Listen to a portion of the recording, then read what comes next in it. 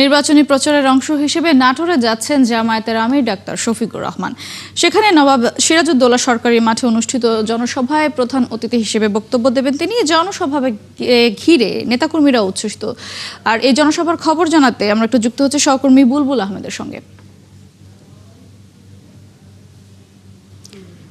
বুলবুল, জনসভার শেষ মুহূর্তের প্রস্তুতির খবর জানাবেন। তাছাড়া নেতাকর্মীরা কি জনসভা স্থলে পৌঁছেছেন কিনা, তারা কি বলছেন সেটিও জানতে চাই আপনার কাছে। ইতিমধ্যে কিন্তু এই নাটোরে জামাতের যে আমির শফিকুর রহমান তিনি চলে এসেছেন বিকাল 4:30টার দিকে।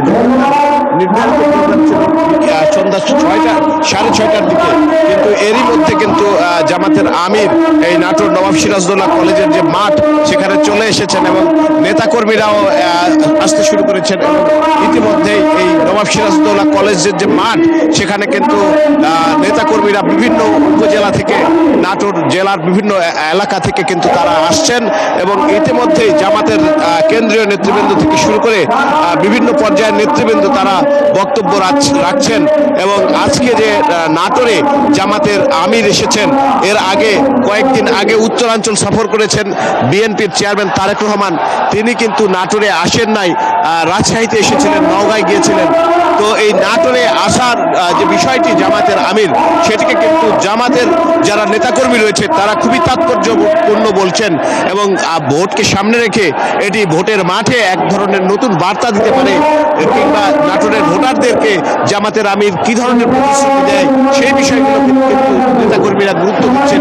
একই সাথে আমরা কিন্তু জামাতের নেতাকর্মীরা বলছেন যে এটি তাদের ভোটের যে চিত্র সেটি পাল্টে দিতে পারে। কিন্তু বিএনপির নেতাকর্মীদের সাথে আমরা কথা বলেছি, তারা বলছেন জামাতের আমিরের আগেও নাটোরে এসেছে, তার এই আসা না আসা নেতাকর্মীদের সাথে কথা বলা বা বক্তব্য দেওয়া এটি নাটোরের ভোটারদের মনে তেমন একটা প্রভাব ফেলবে না, এমনটা দাবি করছেন বিএনপি বা অন্যান্য রাজনৈতিক দল যারা রয়েছে। কিন্তু জামাতের কর্মীরা বলছেন যে জামাতের আমিরের এই সফর নাটোরকে ঘিরে নাটোরের ভোটারদের মনে এক ধরনের পজিটিভ প্রভাব ফেলতে পারে এবং দাঁড়িপাল্লার ভোট পাওয়ার ক্ষেত্রে কিন্তু এটি একটি সহায়ক হতে পারে বলে তারা মনে করছেন। এবং ইতিমধ্যে এখানে জামাতের নেতৃবৃন্দ বক্তব্য দিচ্ছেন। কিছুক্ষণ পরে হয়তো জামাতের যে আমির ডাক্তার শফিকুর রহমান তিনি বক্তব্য রাখবেন এবং তার বক্তব্যে কি বিষয়গুলো উঠে আসে তখন কিন্তু আমরা জানাতে পারবো সর্বশেষ পরিস্থিতি। ধন্যবাদ বুলবুল আপনাকে। আপনি থাকবেন সেখানে। জামায়াতের আমির বক্তব্য দেওয়া শুরু করলে আমরা আবারও আপনার সাথে যুক্ত হব।